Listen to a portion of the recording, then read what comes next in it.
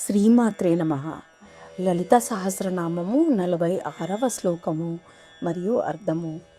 నిష్కారణ నిష్కళంక నిరుపాధిర్నిరీశ్వర నీరాగారాగ మదనీ నిర్మదా మదనాసిని.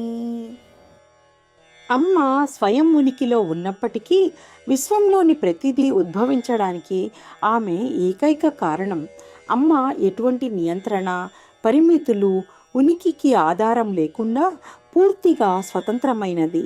తాత్కాలిక పరిమితులు మరియు అవగాహనలకు అతీతమైన అమ్మ సర్వవ్యాప్తగా స్వయం ఉనికితో సర్వోన్నత పాలకురాలిగా అత్యున్నత శక్తితో ప్రతిదానికి పాలకురాలు అయినప్పటికీ ఆమెను పాలించే ప్రత్యేక ఈశ్వరుడు లేడు.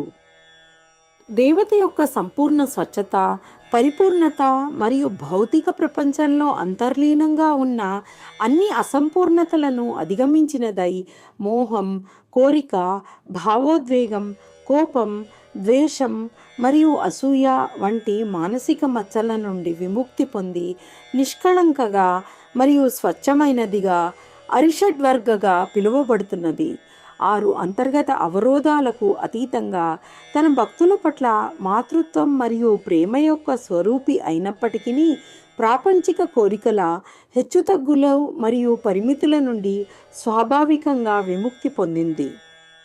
సంపూర్ణ సార్వభౌమత్వాన్ని పొంది సృష్టి యొక్క ప్రారంభము, అంతము లేని స్వతంత్ర మూలంగా అహంకారం నుండి పూర్తిగా విముక్తి పొంది అంతిమ బ్రహ్మతో ముడిపడి ఉన్నది. అంతిమ వాస్తవికత యొక్క స్వీయ సాక్షాత్కారాన్ని నిరోధిస్తుంది. అంతిమ వాస్తవికతగా సంపూర్ణమైన మార్పులేని స్వభావాన్ని చూపిస్తుంది. విశ్వంలో ప్రతిదీ ఆమెదే కాబట్టి ఆమెకు ఆశించడానికి నెరవేరని వస్తువులు లేవు.